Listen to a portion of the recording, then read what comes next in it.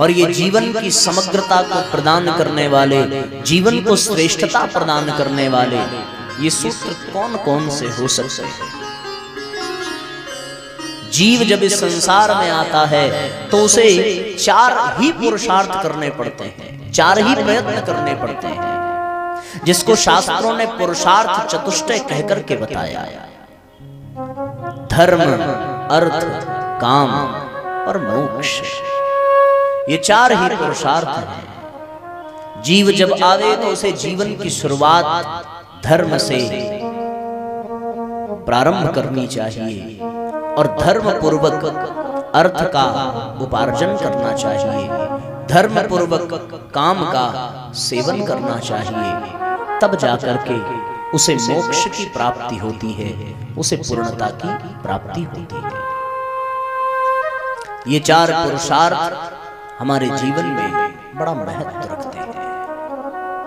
इनको हमें गहराई से समझने की आवश्यकता है, अन्यथा हम अपनी इन इंद्रियों को इसी तरह भटकते देंगे और ये इंद्रियां भटकते भटकते एक दिन पतन की ओर जाएंगी, हमें भी पतित बनाएंगी और हमारे जीवन को भी नारकी बना करके छोड़ेंगी। गीता में तो भगवान ने इन इंद्रियों को पिशाचनी कह करके कहा है कि ये पिशाचनी इंद्रियां बलात् मन को अपनी ओर खींचती हैं।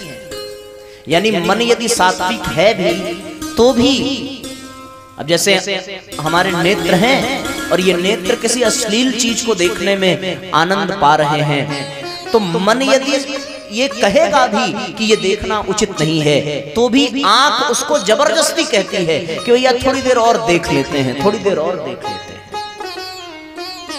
ये कान किसी की निंदा सुनने में रस ले रहे हैं, मन ये आवाज दे रहा है कि दूसरे की निंदा नहीं सुननी चाहिए, लेकिन फिर भी ये कर्णेंद्रियां मन को बार बार खींचती हैं और वो मन है तो इन इंद्रियों का स्वामी, पर इंद्रियों का दास बन करके इन इंद्रियों के अनुसार ही चलता है। और ये इंद्रियां अपने हिसाब से उस मन को नचाती हैं, अपने भी पतन की ओर जाती हैं, मन को भी पतन की ओर ले जाती हैं, और जिसका मन पतित हो गया उसका जीवन बेकार हो जाता है।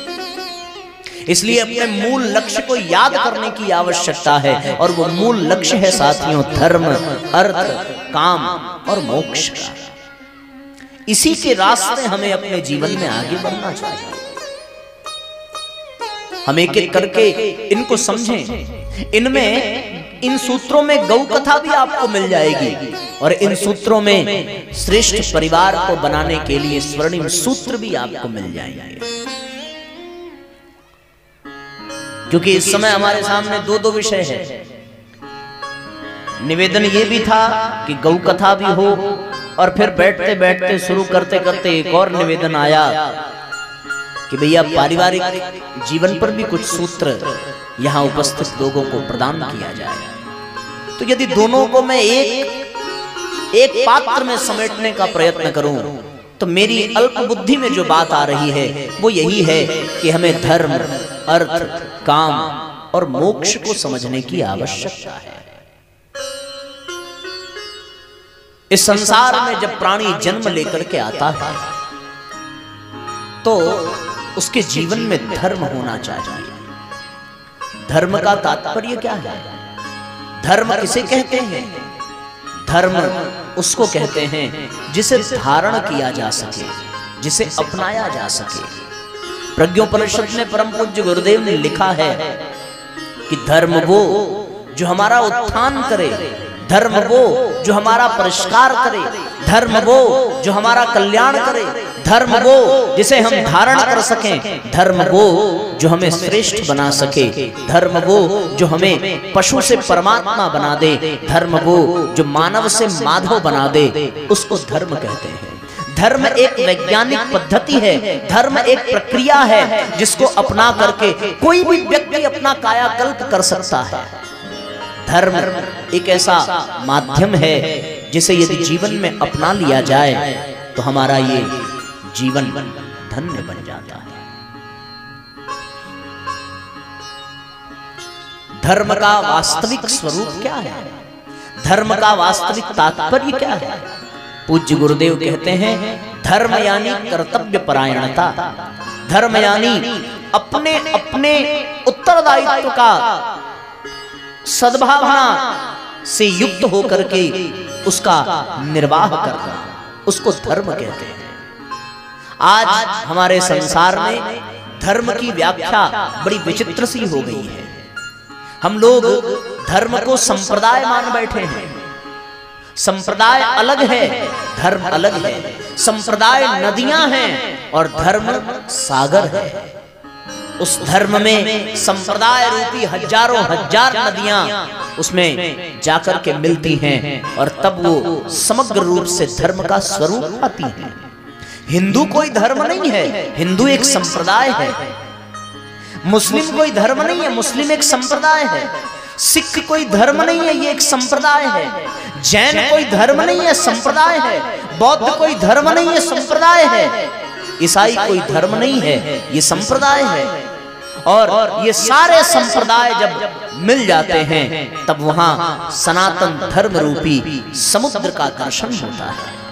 तो ये सनातन धर्म ही सागर है और ये सनातन धर्म में जितनी भी संप्रदाय हैं वो सब नदियों के रूप में जाकर के एकत्रित होते हैं।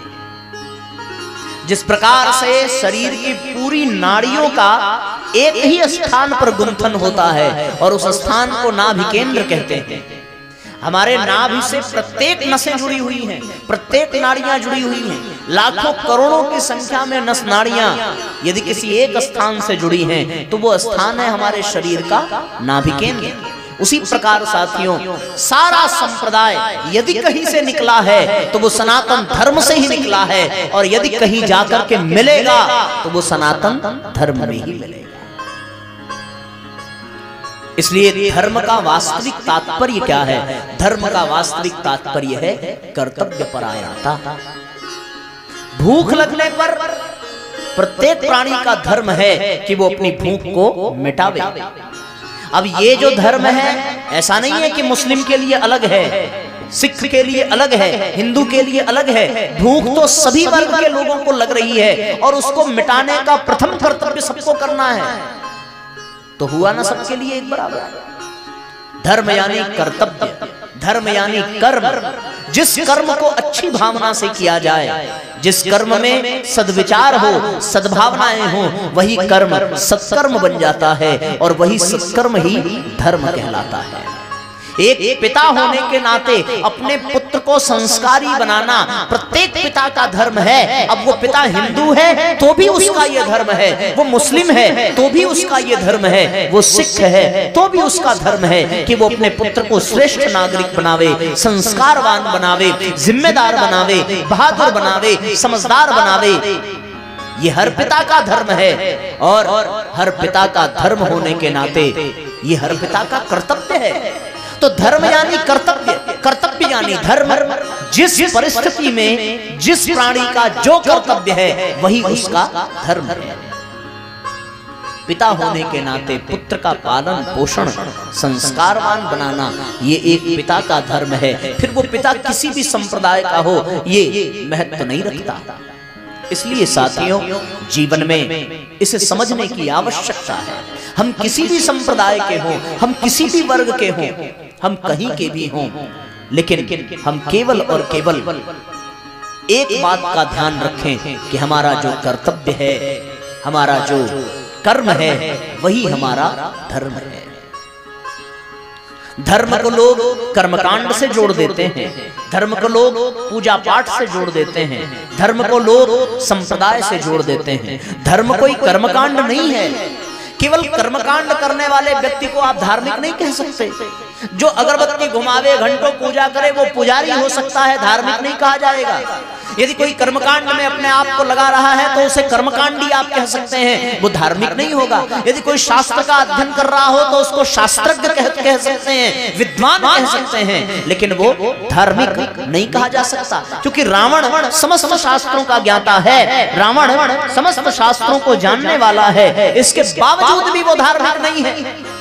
रावण बड़ा विद्वान है, इसके बावजूद भी वो रावण धार्मिक नहीं है। इसलिए साथियों, धर्म का संबंध किसी कर्मकांड से नहीं है, धर्म का संबंध किसी संप्रदाय से नहीं है, धर्म का संबंध किसी विधि विधान से नहीं है। इसलिए भैया बड़ी सीधी सी बात है कि धर्म एक स्वतंत्र पद्धति है, धर्म एक स्वतंत्र शैली है जो किसी भी वर्ग, किसी भी संप्रदाय के प्राणी को देवता बना सकती है। वो अपने कर्तव्य को करना प्रारंभ करे, जो जहां है वो वहीं से अपने कर्तव्य का पालन करे। आज यहाँ जितने लोग बैठे हैं वो किसी के माता होंगे, किसी की बहन होंगी, किसी की पत्नी होंगी। जितने पुरुष बैठे हैं वो किसी के भाई होंगे, किसी के पिता होंगे, किसी के पुत्र होंगे। बस अगर परिवार में सुख, शांति, आनंद पाना चाहते हैं तो सब केवल और केवल अपने धर्म का पालन करना प्रारंभ कर दें, फिर परिवार में कोई क्लेश रह नहीं जाएगा, कोई कलह रह नहीं जाएगा। बड़ी सीधी सी बात है, जो माँ है वो माँ होने का कर्तव्य निभावे। और माँ का कर्तव्य क्या है? माँ का कर्तव्य है पुत्र को स्नेह देना, दुलार देना, और जब वो गलत करे तो उसे प्रेम पूर्वक समझाना। फिर पुत्र का कर्तव्य क्या है? यदि वो पुत्र है तो उसका एक ही कर्तव्य है कि वो कार्य करे जिससे उसका धर्म भी बना रहे और उसके माता पिता उससे प्रसन्न भी रहे। माँ बाप की सेवा करना पुत्र का कर्तव्य है, यही पुत्र का धर्म है। और माँ बाप का कर्तव्य, माँ बाप का धर्म है कि पुत्र को सही मार्ग पर ले जाना। फिर उसके बाद जो पत्नी है, पत्नी का धर्म क्या है? पत्नी का धर्म है कि वो पति को पतन के रास्ते पर जाने से रोके। और पत्नी का धर्म ये है कि वो पति के माता पिता को अपनी माता पिता के समान उसकी सेवा करे, सम्मान करे। ये पत्नी का धर्म है। भाई का धर्म क्या है कि विपत्ति के समय में भी वो हमेशा भाई के साथ खड़ा रहे, ये भाई का धर्म है। फिर पिता का धर्म क्या है कि वो पुत्र को आगे बढ़ाने के लिए हर संभव प्रयास करे, पुत्र को सहारा दे, पुत्र को स्वावलंबी बनावे। आज यहाँ जितने लोग बैठे हैं, एक भी व्यक्ति ऐसा नहीं होगा जिसे अपने धर्म का बोध ना हो। सब जानते हैं कि पिता का धर्म क्या है, सबको पता है कि भाई का कर्तव्य क्या है, सब जानते हैं कि आदर्श बहन हम कैसे बन सकते हैं, सबको पता है कि एक जेठानी होने के नाते कर्तव्य क्या है, देवरानी होने के नाते हमारा कर्तव्य क्या है, पत्नी के नाते हमारा कर्तव्य क्या है। आप खुद जानते हैं इन बातों को। तो साथियों, पहला सूत्र ये कहता है कि हम एक धर्म के सिद्धांत को अपनावें, धर्म के सिद्धांत को समझने का प्रयत्न करें।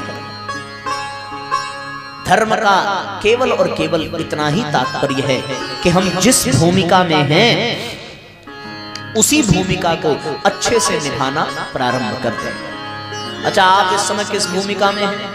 आप इस समय न माँ की भूमिका में हैं, न बहन के, न भाभी के, न भौजाई के, न पिता के, न पुत्र के, न दोस्त के, न मित्र के।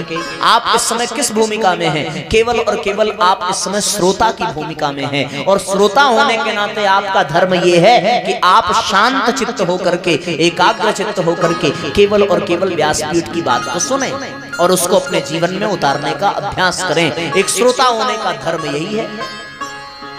इस समय हम आपके सामने बैठे हैं तो हमारे सामने कौन सा धर्म है? हमारे सामने एक वक्ता का धर्म है, व्यासपीठ की मर्यादा का धर्म है। हम इस समय पुत्र का धर्म नहीं निभा सकते, चाहकर भी नहीं निभा सकते, क्योंकि व्यासपीठ का धर्म पुत्र के धर्म से बड़ा है। एक पुत्र होने के नाते हमें अपने पिताजी को ऊपर के आसन पर बिठाना चाहिए, लेकिन वो हमसे नीचे बैठे हैं। पुत्र का धर्म तो इसकी अनुमति नहीं देता कि पिता ऊपर बैठे, पुत्र नीचे बैठे। पर हमारा मूल धर्म क्या है? मूल धर्म ये है कि इस समय हमें व्यासपीठ की मर्यादा को निभाना है, एक वक्ता के धर्म को निभाना है। और वक्ता का धर्म ये है कि हम आपको वो बातें बतावें जिससे आपके जीवन में कल्याण हो सके, जिससे आपके जीवन में उत्थान हो सके। यही धर्म है। तो साथियों, जब आप यहां से जाएं अपने घर और जब अपने घर में प्रवेश करें तो फिर आप विचार करिए कि आप उस समय कौन से धर्म को निभाने के लिए जिम्मेदार हैं। यदि आप अपने बहू के सामने हैं तो आपको एक कुशल सास का धर्म निभाना चाहिए। अब सास का धर्म क्या है? सास का धर्म ये नहीं है कि बहू का सांस लेना दुश्वार कर दे। सास का धर्म ये है कि उसकी बहू उसके सामने बेटी के तरीके से रहे।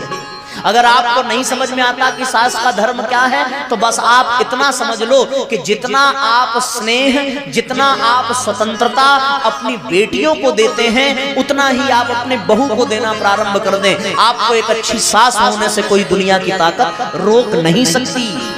आप ये करके देखिए। हमारी बहू सलवार सूट पहने, हमारी बेटी सलवार सूट पहने, लेकिन बहू हमेशा साड़ी पहने, कहां का न्याय है ये? क्या ये सास होने का धर्म है? हमारी जो बेटी है वो बिना सर पे पल्लू लिए अपने ससुराल में घूमती रहे, लेकिन जो हमारी बहू है वो हमेशा घूंघट गाड़ के रखे, तो बताओ सास का धर्म निभाया आपने? वो तो सास का धर्म नहीं है। सास का धर्म क्या है? जैसे आप अपनी बेटी के लिए सोचते हैं, वैसा ही आप अपनी बहू के लिए भी सोचिए। ये सास का धर्म है, यही ससुर का धर्म है। और फिर बहू का धर्म क्या है कि जितना वो अपने माता पिता के लिए सोचती है, उतना ही वो अपने पति के माता पिता के लिए सोचे। बस उसके बाद तो परिवार में कोई क्लेश नहीं रह जाएगा, परिवार में कोई कलह नहीं रह जाएगा। कि रह गया कोई कलह? नहीं रह जाएगा। हर व्यक्ति को अपने अपने धर्म को समझने की आवश्यकता है, और जिसको ये न समझ में आवे कि उसका धर्म क्या है, वो एक काम करे। आज यहाँ ऐसे जितने लोग बैठे हों जिनको इस बात का पता ही ना हो कि वो भाई तो हैं, पर भाई का धर्म क्या है, वो पिता तो हैं, पर पिता का धर्म क्या है, तो एक एक चीज का, एक एक संबंध का धर्म व्यासपीठ से बताने में तो बड़ा समय लग जाएगा। आपको मैं एक संकेत कर दूं कि आप यहाँ से उठना और उठ करके साहित्य स्टॉल पर चले जाइएगा। वहाँ परम पूज्य गुरुदेव के द्वारा लिखी हुई परिवार के ऊपर बहुत सारी पुस्तकें हैं, उसमें आपको अपने आप मिल जाएगा कि एक भाई का धर्म क्या है, एक पिता का धर्म क्या है, एक बहू का धर्म क्या है, एक जेठानी का धर्म क्या है, सब उसमें मिल जाएगा। इसलिए साथियों, जीवन में आप अपने परिवार को सुंदर बनाने के लिए क्या करेंगे? अपने अपने धर्म का पालन करिए। मैं फिर से कह दूं, धर्म किसी पूजा को नहीं कहते। आप घंटों बैठ करके माला सटकाते रहिए, वो धर्म नहीं है। आप दुनिया भर की अगरबत्ती जला दीजिए, वो भी धर्म नहीं है। आप खूब यज्ञ करिए, वो भी धर्म नहीं है। यज्ञ करने वाले को यजमान कहते हैं, इसका मतलब वो धार्मिक नहीं हो गया। धर्म, धार्मिक केवल वही है जो अपने कर्तव्य का पालन कर रहा हो, केवल वही धार्मिक है। राम कितना भी बड़ा बड़ा यज्ञ कर लेते, लेकिन वो यज्ञ करने से राम नहीं बने। उन्होंने अपने पिता के वचन की रक्षा करने के लिए पुत्र का धर्म निभाया, इसलिए राम राम बन गए, अन्यथा वो राम पूजनीय नहीं होते। महाराज दशरथ का सम्मान क्यों है? क्योंकि उन्होंने एक वचन दिया था, उस वचन के लिए उन्होंने अपने प्राण त्याग दिए, पर उस वचन को उन्होंने अधूरा नहीं छोड़ा, इसलिए उनका सम्मान है। भरत का सम्मान हम क्यों करते हैं? केवल इसलिए कि वो अपने धर्म का पालन कर रहा है। और भैया एक और बात कि हम लोग गाय को माता क्यों कह रहे हैं? क्योंकि गाय भी अपने धर्म का पालन कर रही है। गाय अपने धर्म का पालन कर रही है। गाय का धर्म क्या है? गाय का धर्म यह है कि आप उसको सूखी घास भी खिला दीजिए तो वो आपको अमृत तुल्य दूध देने के लिए बाध्य है। और आप बताओ, आपने घास खिलाने में कटौती की होगी, पर गाय ने कभी दूध पिलाने में कटौती नहीं की। गाय अपना धर्म निभा रही है। घास फूस खा अमृत सदृश जो मधुमय दूध पिलाती है, दही मलाई मक्खन मट्ठा कहाँ विश्व में है, सुख से सदा खिलाती है। उस करुणामय गो माता का कहाँ विश्व में है उपमान। श्रुत देवी ने जिसे किया है कामधेनु सा नाम प्रदान। ये क्या है? ये केवल इसलिए है भैया क्योंकि गाय जो है वो अपना धर्म निभा रही है। वो एक माता के तरीके से दुग्धपान करा रही है, वो एक माता के तरीके से हमारा कल्याण कर रही है। कल हम लोगों ने सुना था कि गाय के रंभाने मात्र से हजारों हजार कीटाणु, हजारों हजार विषाणु मर जाते हैं। यानी हमें बीमारी न हो, उन कीटाणुओं को मारने का काम गौ माता कर रही है। तो बताओ उन्होंने अपना धर्म निभाया कि नहीं निभाया? बिल्कुल निभाया। लेकिन हम गाय के प्रति अपना धर्म निभा रहे हैं कि नहीं? अब ये प्रश्न है। यदि हम गाय के प्रति अपना धर्म निभाते तब हम सच्चे धार्मिक कहलाते। गाय के प्रति हमारा क्या कर्तव्य है? गाय के प्रति हमारा ये कर्तव्य है कि गाय योग्य हो अथवा अयोग्य हो, जब हमने उसे माँ कह दिया तो माँ बूढ़ी हो जाए, माँ कमजोर हो जाए तो माँ को वृद्धाश्रम में हम नहीं छोड़ते। माँ की तब तक सेवा करते हैं जब तक वो हमारे बीच में विद्यमान है। ये हमारा धर्म था, पर हमने अपना धर्म निभाया नहीं। तो गाय की सेवा ही हमारा धर्म है। इसलिए धर्म के पथ पर चल करके हम अपने परिवार में स्वर्गीय वातावरण भी ला सकते हैं, और धर्म के पथ पर चलकर हम गौ की सेवा भी कर सकते हैं। हमारा धर्म क्या है कि हम अपने भोजन करने से पहले पहला निवाला किसको देते हैं? गौ माता को देते हैं। ये हमारा धर्म है। पर ये कब दे पाएंगे? ये तब दे पाएंगे साथियों जब हमारे पास गाय होगी, जब हमारे पास गौ सेवा करने की भावना होगी, तभी तो हम धर्म का पालन कर पाएंगे। इसलिए साथियों, जीवन में धर्म का पालन करना अत्यंत आवश्यक है। तो आप लोगों को समझ में आ गया ना धर्म क्या है? धर्म को उत्तरदायित्व कहते हैं, धर्म को कर्तव्य परायणता कहते हैं। हम अपना धर्म निभाना प्रारंभ कर दें, बस परिवार के सारे कलह, सारे क्लेश समाप्त होते चले जाएंगे। अच्छा, एक बात मैं आपसे और कहूं, आप जरा कल्पना करके देखिए, जब आप घर से बाहर निकलते हैं, ठीक है ना, घर से बाहर निकलिए तो आपके दोस्त की माँ आपसे मिल जाए, या आपके दोस्त की पत्नी आपसे मिल जाए, या आपके मित्र का पिता मिल जाए, या आपका मित्र ही मिल जाए, तो आप उससे किस तरीके से बात करते हैं? आप उससे सम्मान पूर्वक बात करते हैं, आप उससे प्रेम पूर्वक बात करते हैं, आप उसको अपशब्द नहीं कहते, आप उसको अपमानित नहीं करते। भले आप ये जानते हो कि वो अच्छा नहीं है, फिर भी आप उसको बुरा तो नहीं कह सकते। कहना भी होगा तो पीठ पीछे कहेंगे, मुंह पे तो नहीं कहेंगे। आपको पता है कि ये हमारा मित्र अच्छा नहीं है, लेकिन अगर उस बुरे मित्र का पिता भी आपको दिख गया तो आप प्रणाम बाबूजी करेंगे कि नहीं करेंगे? बताओ जरा। अगर आप ये जानते हो कि वो मित्र अच्छा नहीं है, लेकिन अगर उसकी पत्नी मिल गई तो भाभी जी प्रणाम, नमस्ते, हालचाल पूछोगे कि नहीं पूछोगे?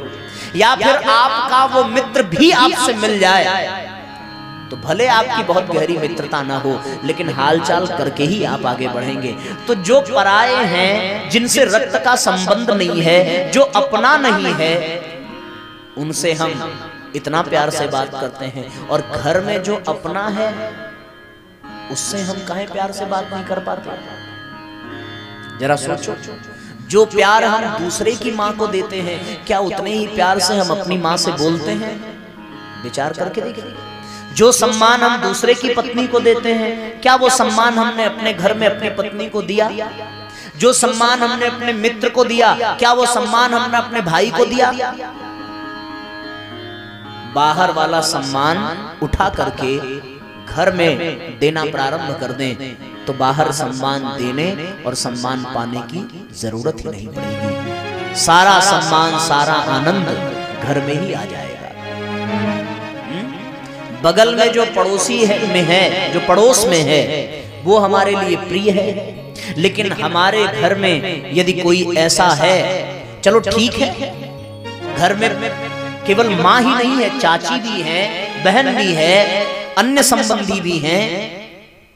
ये जरूरी नहीं है कि हमारा संबंध केवल उन्हीं से है जिनके गर्भ से हम पैदा हुए।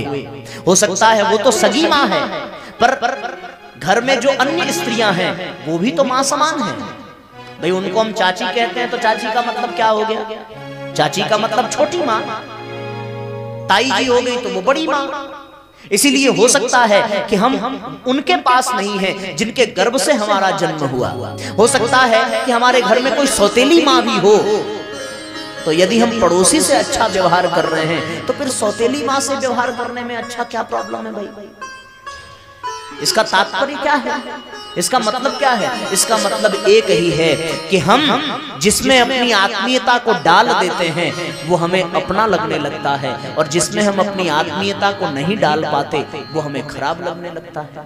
यदि सारा खेल आत्मीयता का ही है तो फिर हम जो हमारे हैं उनमें अपनी आत्मीयता को डालें और उन्हीं से अच्छा व्यवहार करें, क्योंकि बाहर हम यदि अच्छा व्यवहार करते हैं तो ये बात तो भैया पक्का है, ये बात तो तय है कि यदि आपके घर में आपके ऊपर कोई विपत्ति आई तो ये सत्य है, आपका पड़ोसी आपका कितना भी हितैषी हो पर वो बाद में ही पहुंचेगा। सबसे पहले तो आपके ठीक बगल में जो कमरा है उस कमरे में जो आपके अपने रह रहे हैं पहले वही आएंगे, भले वो मन से आवे चाहे बिना मन से आवे।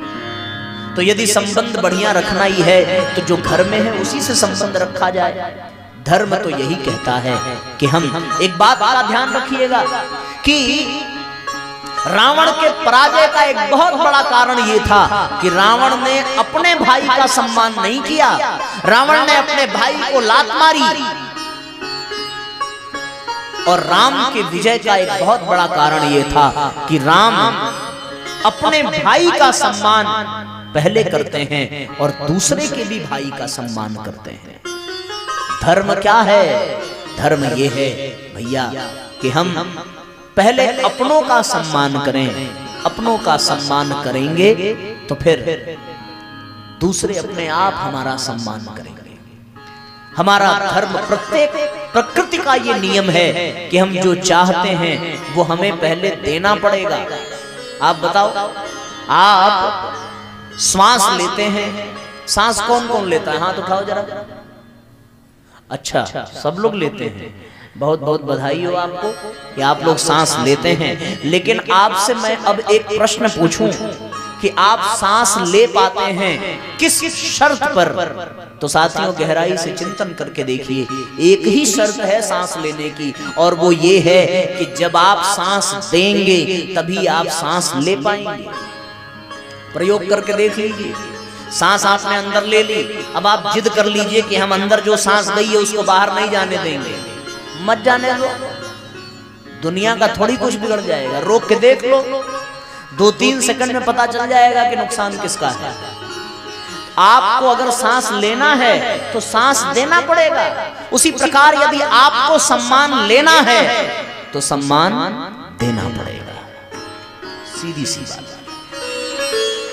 यदि आपकी ये शिकायत परिवार में लोगों की समस्या होती है कि हमारा लोग सम्मान नहीं कर रहे हैं, हमें लोग गलत व्यवहार कर रहे हैं, हम अच्छा व्यवहार करते हैं तब भी वो गलत कर रहे हैं, करने दो। आप केवल अपना देखो।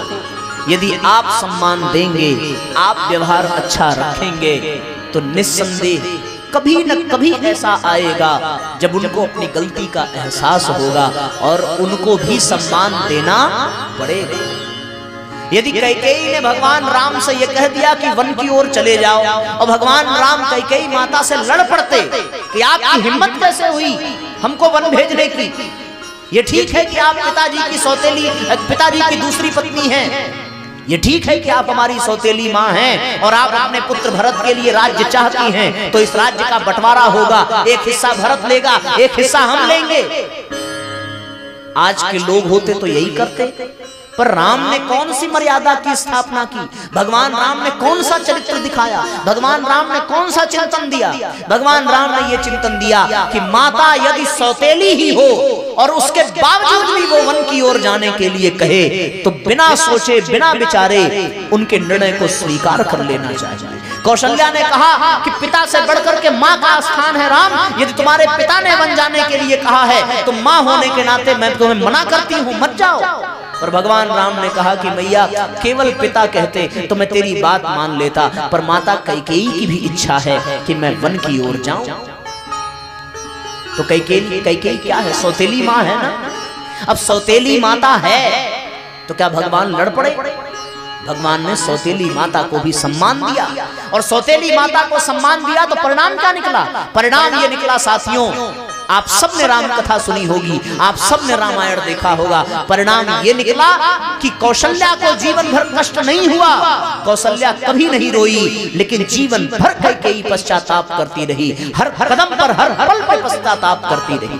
कैकेयी अपना अधिकार चाहती थी कि मेरे पुत्र को राज्य मिले, पर कैकेयी का अधिकार उसे मिल न सका।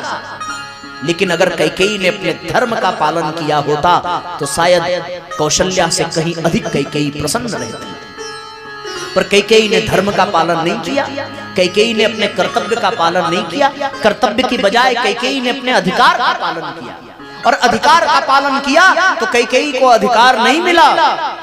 लेकिन कौशल्या ने, सुमित्रा ने, महाराज दशरथ ने, राम ने, सीता ने, लक्ष्मण ने, किसी ने अपने अधिकार की बात नहीं की। सबने केवल और केवल अपने धर्म, अपने कर्तव्य का पालन किया। राम ने एक पुत्र होने का धर्म निभाया, सीता ने एक पत्नी होने का धर्म निभाया, कौशल्या ने एक माता होने का धर्म निभाया। और ध्यान रहे, कौशल्या ने जेठानी होने का भी धर्म निभाया। वो चाहती तो कैकेयी के न जाने क्या क्या कर देती, लेकिन कौशल्या ने भी कैकेयी का सम्मान किया कि ये तो राम को बहुत प्रेम करती थी। आज इसकी बुद्धि भ्रमित हो गई है, पर कल इसको अपनी गलती का एहसास होगा, और जब एहसास होगा तब ये बहुत पछताएगी। इसलिए उसने कैकेयी को उसी दशा में छोड़ दिया, और परिणाम यही निकला साथियों कि कौशल्या और सुमित्रा को कोई पछतावा कभी नहीं हुआ, पर कैकेयी जीवन भर पश्चाताप करती रही। जो अपने धर्म का पालन नहीं करता वो जीवन भर पछताता है, और जो अपने कर्तव्य का पालन करता है उसे कभी पछतावा नहीं होता। एक छोटी सी घटना मैं आपको बताऊं। एक भाई बड़ा, और बड़े होने के नाते उसके दो छोटे छोटे भाई थे। माता पिता बड़ी कम उम्र में गुजर गए। बड़े भाई के ऊपर बड़ी जिम्मेदारियां आ गई। बड़े भाई ने उन छोटे भाइयों को पालने, पोसने, पढ़ाने के लिए अपना कभी विवाह नहीं किया कि यदि मैं विवाह कर लूंगा और मेरी ही जिम्मेदारी बढ़ जाएगी तो मैं इन भाइयों की सेवा नहीं कर पाऊंगा, इन भाइयों को योग्य नहीं बनाऊंगा। उसका कितना बड़ा बलिदान कि उस भाई ने विवाह नहीं किया, और विवाह नहीं किया, पूरी संपत्ति सब कुछ जो है उसने किस काम में लगाया?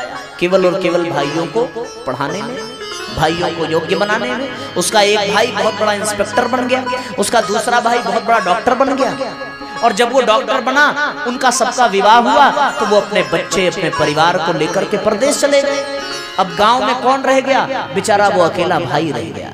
न उसकी पत्नी, न उसके बच्चे, न उसके पास पैसा, क्योंकि अब तो वो वृद्ध है, अब तो वो बुजुर्ग है, अब वो परिश्रम भी नहीं कर सकता। जीवन भर की कमाई उसने बचाई नहीं, केवल और केवल अपने भाइयों को योग्य बनाने में लगा दिया। परिणाम क्या निकला?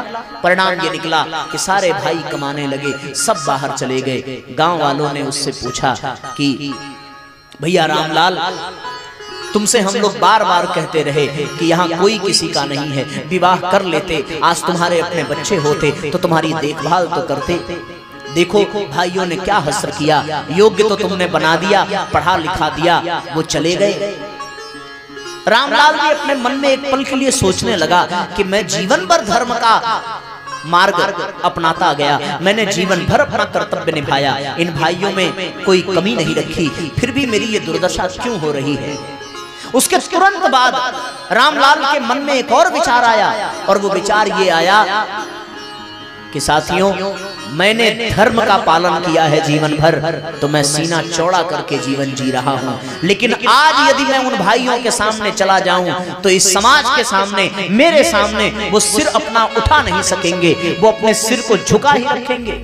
क्यों? क्योंकि वो अपने धर्म का पालन नहीं कर रहे हैं। देखने में कष्ट जरूर है मेरे जीवन में, इस बात का कष्ट है कि मैं गरीब हूं, इस बात का कष्ट है कि मेरा परिवार नहीं है, इस बात का कष्ट है कि मेरी सेवा करने वाला कोई नहीं है, लेकिन इस बात का स्वाभिमान भी है कि मैंने जीवन भर धर्म का पालन किया है। और जब तक वो भाई जिंदा रहेंगे तब तक वो इस बात का मलाल मनाते रहेंगे कि मेरे बड़े भैया ने जीवन भर मेरे लिए इतना किया, पर हमने अंत में उनको दुख ही दिया, दर्द ही दिया, परेशानी ही दी। इस दर्द से, इस पश्चाताप से वो एक पल भी चैन की नींद सो नहीं पाएंगे और वो बड़ा भाई जीवन भर आनंद में रहेगा। अभाव किसके जीवन में नहीं होता? अभाव तो सबके जीवन में होता है। जो साइकिल रखता हो उसे मोटरसाइकिल का अभाव होता है, जो मोटरसाइकिल रखता हो उसे कार का अभाव होता है, जो कार रखता हो उसे हेलीकॉप्टर का अभाव होता है, जो हेलीकॉप्टर का अभाव रखता हो उसे बहुत बड़े महल का अभाव रहता है। अभाव तो सबके जीवन में है। आज मेरे भी जीवन में अभाव है, लेकिन इस बात का संतोष है कि मैंने जीवन भर अपने धर्म का पालन किया। उन भाइयों के जीवन में अभाव नहीं है, लेकिन वो जीवन भर पश्चाताप करेंगे क्योंकि उन्होंने अपने धर्म का पालन नहीं किया। तो साथियों, परिवार को सुखी रखने का, परिवार में स्वर्गीय आनंद पाने का एक ही तरीका है कि परिवार में सब अपने अपने धर्म का पालन करें। भगवान राम का परिवार ही आदर्श परिवार है, क्योंकि केवल कैकेयी और मंथरा ने अपने धर्म का पालन नहीं किया, इसके अतिरिक्त सबने अपने धर्म का पालन किया। और परिणाम क्या निकला? परिणाम ये निकला कि वो परिवार कभी बिखरा नहीं, अन्यथा तो वो परिवार उसी दिन बट जाता जिस दिन कैकेयी ने राम को वन की ओर भेजने के लिए कहा था। तो साथियों, परिवार में चाहे अपनी माँ हो, चाहे अपने चचेरे भाई की माँ हो, चाहे सौतेली माँ हो, कोई भी हो, एक सूत्र याद रख लेना कि सबके प्रति अपने धर्म का पालन करना, अपने कर्तव्य का पालन करना। फिर वो माता सगी ही क्यों न हो, वो माता सौतेली ही क्यों न हो, वो बच्चा अपना ही क्यों न हो, वो बच्चा सौतेला ही क्यों न हो, धर्म यही है कि अपने बच्चे से बढ़ करके सौतेले बच्चे का सम्मान करना, सौतेले बच्चे का ध्यान रखना। संत विनोबा भावे की कथा याद आती है। उनके 4 बेटे थे, विनोबा, विठोबा आदि 4 पुत्र। और एक बार उनका पड़ोसी कहीं जाने लगा तो उन पड़ोसियों ने अपने 2 बच्चों को संत विनोबा भावे की माता के पास छोड़ दिया और कहा कि हम शाम तक लौट आएंगे, तब तक हमारे बच्चे का ध्यान रखना। वो प्रतिदिन अपने बच्चे को घी से लगी हुई रोटी खिलाती थी। आज दोपहर के भोजन में घी से लगी रोटी बच्चों को न दे पाई। बच्चों ने पूछा, माँ आज तुमने रोटी में घी क्यों नहीं दिया? माँ ने कहा कि बेटे आज घी थोड़ा कम ही था और बगल के बच्चों को भोजन पहले कराना था, इसलिए मैंने उनकी रोटी में घी लगाना अपना कर्तव्य समझा। तो धर्म क्या है? अपनों से बढ़ करके जो अपने नहीं हैं उनको अपनत्व देना, यही धर्म है, यही मानवता है। इसलिए साथियों, जीवन में धर्म को उतार लीजिए। धर्म न दूसर सत्य समाना, आगम निगम पुराना। परहित सरिस धर्म नहीं भाई, पर पीड़ा सम नहीं अधमाई। इसलिए भैया, धर्म को जानने के लिए, धर्म को पहचानने के लिए अपने आप को सत्संग से जोड़ करके रखिए। आप कहेंगे ना कि आप तो कह रहे हैं साहब कि धर्म का पालन परिवार में होना चाहिए, तो मैं आपसे ये कहूंगा कि बिल्कुल होना चाहिए। फिर आप कहेंगे कि धर्म को हम जानेंगे कैसे, कर्तव्य को हम जानेंगे कैसे? तो साथियों, एक ही बात कहूंगा कि आज से अपने परिवार में आप एक परंपरा प्रारंभ करिए, और वो परंपरा ये कि आपके परिवार के सब लोग अपने आर्ष ग्रंथों को पढ़ना शुरू करें, क्योंकि ये आर्ष ग्रंथ ही, ये सत्संग ही, ये स्वाध्याय ही हमें धर्म की सीख देते हैं, हमें धर्म का ज्ञान देते हैं। मानते हो कि नहीं आप इस बात को? अगर आपके बच्चे राम कथा सुनते, आपके बच्चे कृष्ण कथा सुनते, तो क्या वो धर्म को न जान पाते? बिल्कुल जानते। लेकिन हमने उन बच्चों को सत्संग से दूर कर दिया, हमने उन बच्चों को श्रेष्ठ साहित्य से दूर कर दिया, हमने उन बच्चों को भगवान की कथाओं से दूर कर दिया, और इन कथाओं से दूर करने के कारण वो बच्चे धर्म से विमुख हो गए, अपने कर्तव्य से विमुख हो गए। तो परिवार में यदि आप सुख चाहते हैं, शांति चाहते हैं, संतोष चाहते हैं, तो ये सूत्र अपने जीवन में अपना लीजिए कि हम अपने घर में स्वाध्याय की परंपरा, सत्संग की परंपरा, अच्छे साहित्य के अध्ययन की परंपरा शुरू करेंगे। आज जब आप यहाँ से उठें तो उठने के बाद आज सब लोग वहाँ साहित्य स्टॉल से कुछ न कुछ अच्छी पुस्तक ले जाइए, स्वयं भी पढ़िए और अपने बच्चों को भी पढ़ाइए, तब जाकर के बात बनेगी। हमें निज धर्म पर चलना सिखाती रोज रामायण। ये राम कथा, ये सत्संग हमें नित्य सिखा रहे हैं कि हमारा धर्म क्या है। हमें निज धर्म पर चलना बताती रोज रामायण। हमें निज धर्म पर चलना बताती रोज रामायण।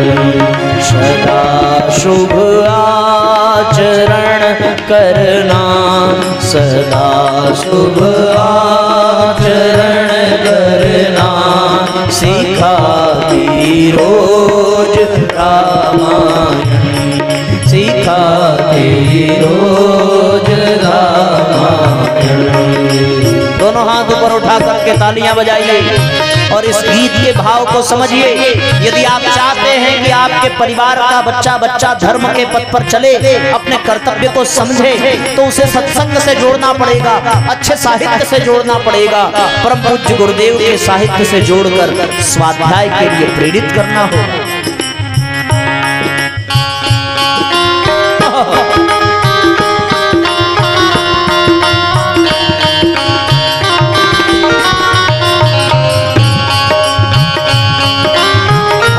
तालियां बजाइए।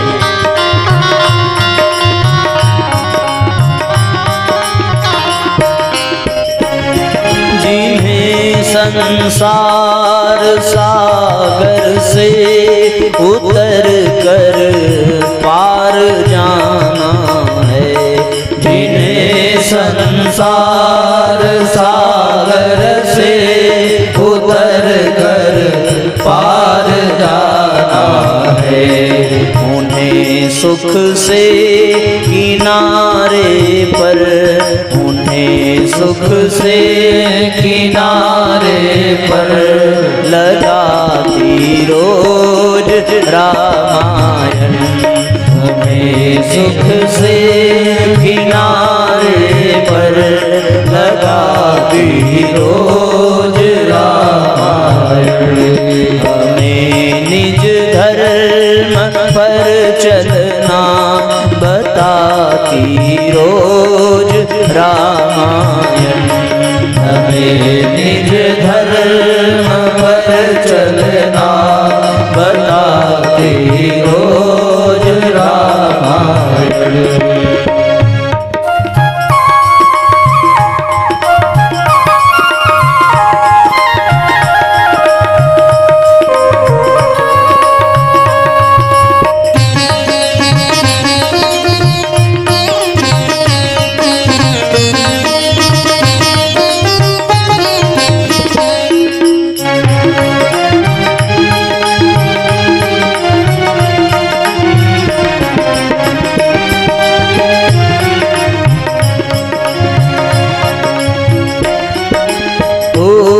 कहीं छवि विष्णु की बाकी, कहीं शंकर की है झांकी। कहीं छवि विष्णु की बाकी, कहीं शंकर की है झांकी। हृदय आनंद झूले पर, हृदय आनंद झूले पर झूलाती रोज रामायण। हमें निज धर्म पर चलना सिखाती रोज रामायण। जय हो।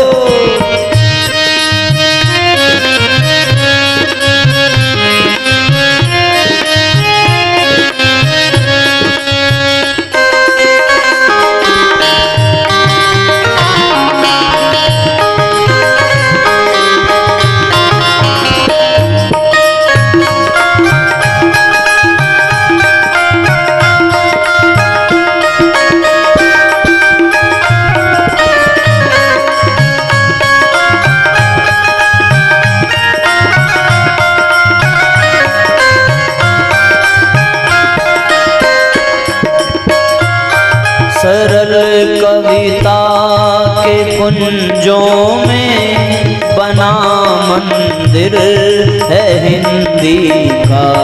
सरल कविता के कुंजों में बना मंदिर है हिंदी का। जहाँ प्रभु प्रेम का दर्शन, जहाँ प्रभु प्रेम का दर्शन कराती रोज रामायण। हमें निज धर्म पर चलना बताती रोज रामायण।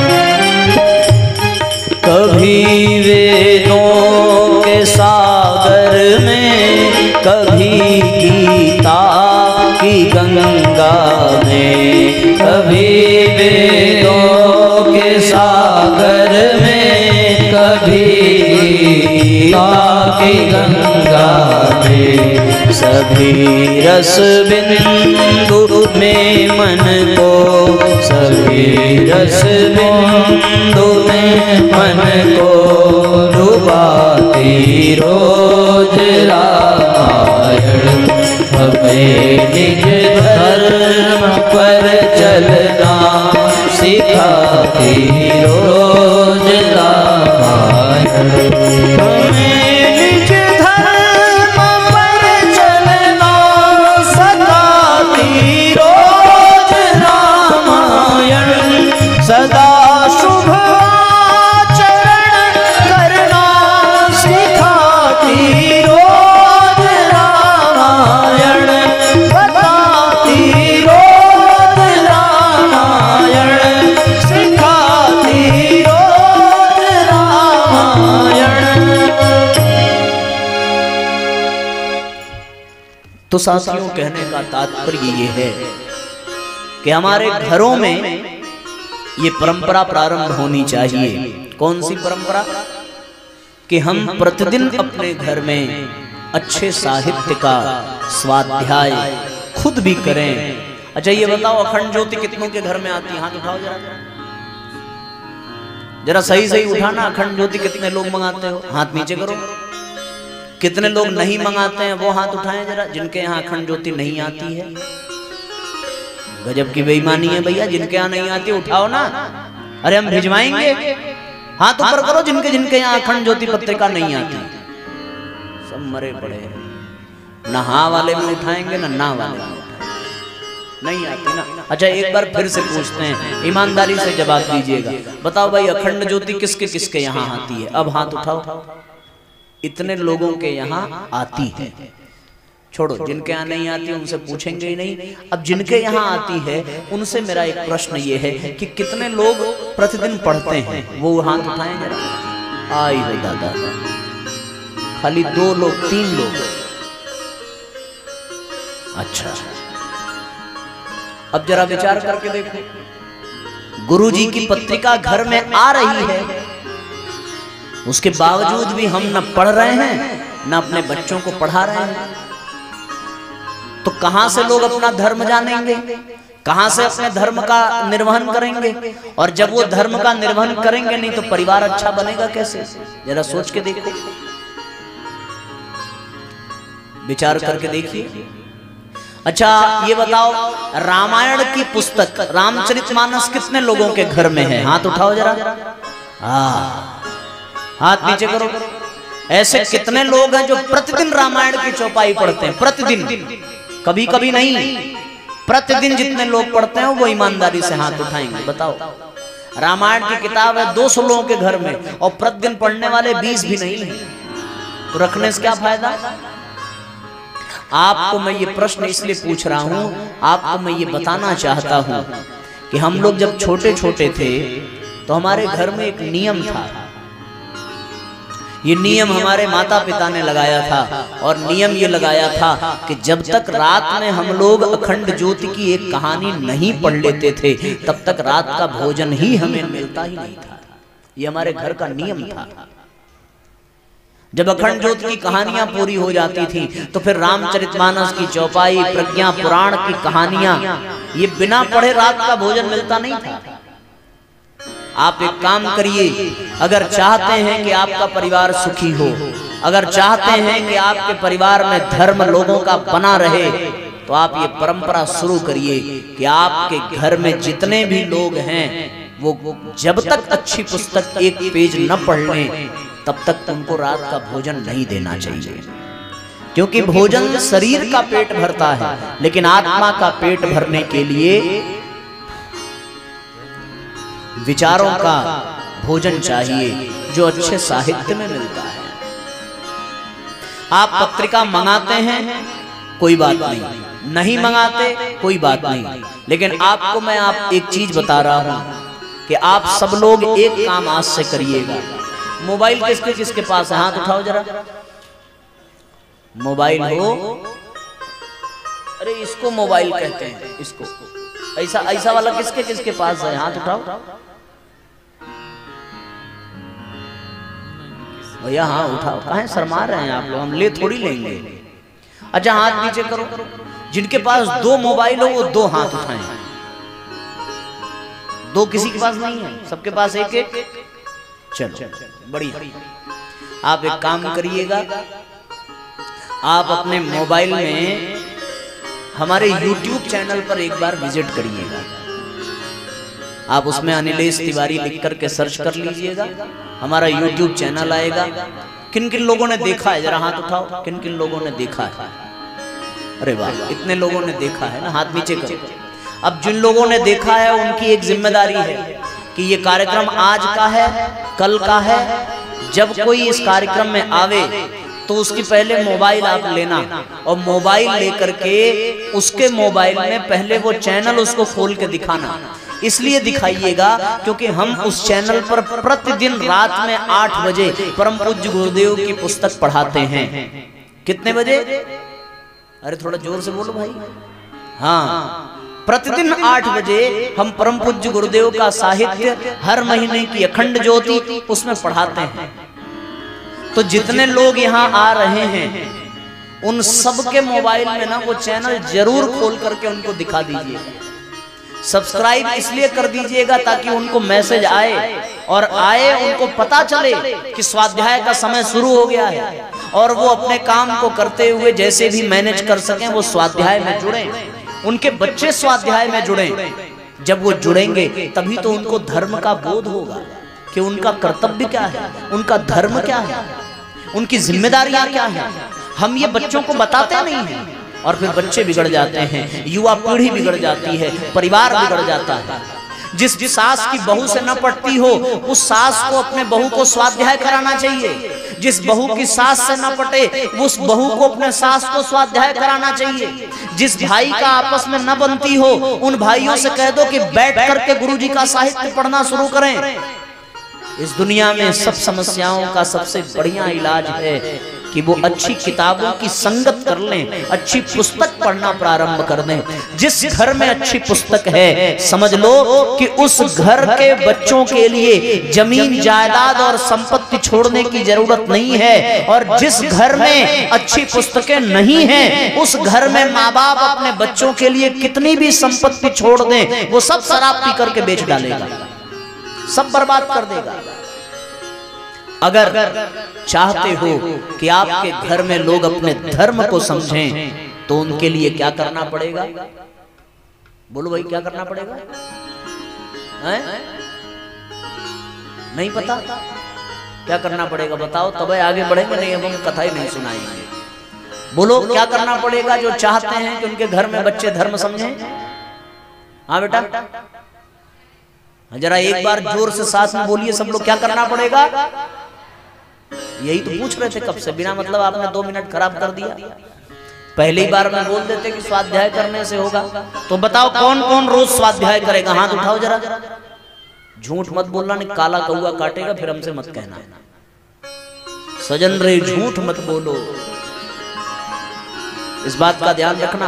आज से आप सब लोग एक नियम बना लीजिए कि आपके घर में सारे लोगों को स्वाध्याय करना अनिवार्य हो जाना चाहिए, तभी भोजन मिलेगा। साफ साफ कह देना, चाहे घर वाली हो और चाहे घर वाला हो।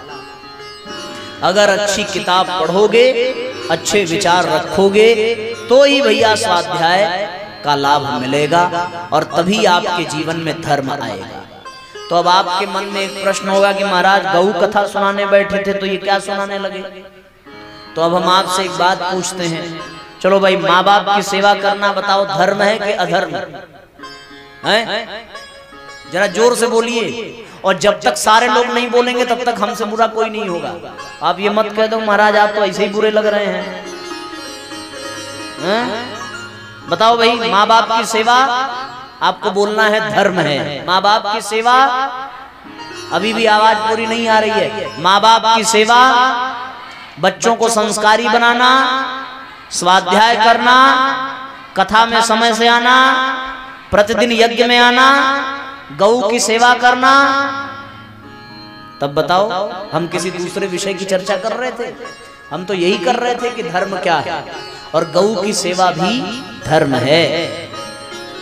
आज प्रत्येक सनातनी का, प्रत्येक हिंदू का धर्म है। धर्म यानी कर्तव्य है कि वो क्या करे? गौ की रक्षा करे, गौ की सुरक्षा करे, गौ की सेवा करे, गौ को सम्मान दे, गौ को प्रणाम करे। जैसे आपके सारे धर्म हैं, उसी प्रकार सब धर्मों में एक धर्म ये भी है कि आप गौ की सेवा करें। कितने ऐसे लोग हैं यहाँ पर जिन्होंने गाय का दूध पिया है? हाथ उठाओ जरा, झूठ मत बोलना जल्दी से। हाँ, जब सब ने गाय का दूध पिया है तो अब आपका धर्म ये हुआ कि नहीं हुआ कि गौ की सेवा होनी चाहिए? इतनी देर से तो हम यही समझा रहे थे कि माँ बाप हमारे लिए करते हैं, इसलिए माँ बाप की सेवा धर्म है। परिवार के लोग हमारे हैं, हमारे लिए हैं, तो उनको खुश रखना, उनको सम्मान देना धर्म है। तो जब हमने जीवन भर गाय का दूध पिया है तो गौ की सेवा करना भी हमारा धर्म है। हम यही कह रहे हैं पिछले 1 घंटे से कि 4 पुरुषार्थ हैं, धर्म, अर्थ, काम और मोक्ष। उसमें अब तक आपको हमने क्या समझाया? धर्म समझाया। तो धर्म समझ में आ गया अच्छे से? स्पष्ट हो गया सबको? किसको किसको समझ में आ गया? हाथ उठाओ जरा। आप लोग बहुत समझदार हैं, आप लोग जोरदार तालियां बजाइए अपने लिए। वाह, इतनी संख्या में समझदारों से पाला पड़ा है, तब भी लोग कहते हैं कि दुनिया में पागलों की संख्या बढ़ रही है। बताओ आप कितने समझदार हो कि आपको अपना धर्म समझ में आ गया। तो आज से आप लोग सब कार्य जैसे करेंगे उसी प्रकार अपने समस्त जिम्मेदारियों में गाय की सेवा को भी सम्मिलित करिए। ये कैसे करेंगे अभी हम इसके सिद्धांत को बता रहे हैं, पर इसका जो क्रियात्मक पक्ष है वो हम कल वाली कथा में चर्चा करेंगे। आज इन बचे हुए विषयों की ओर हम लोग चले।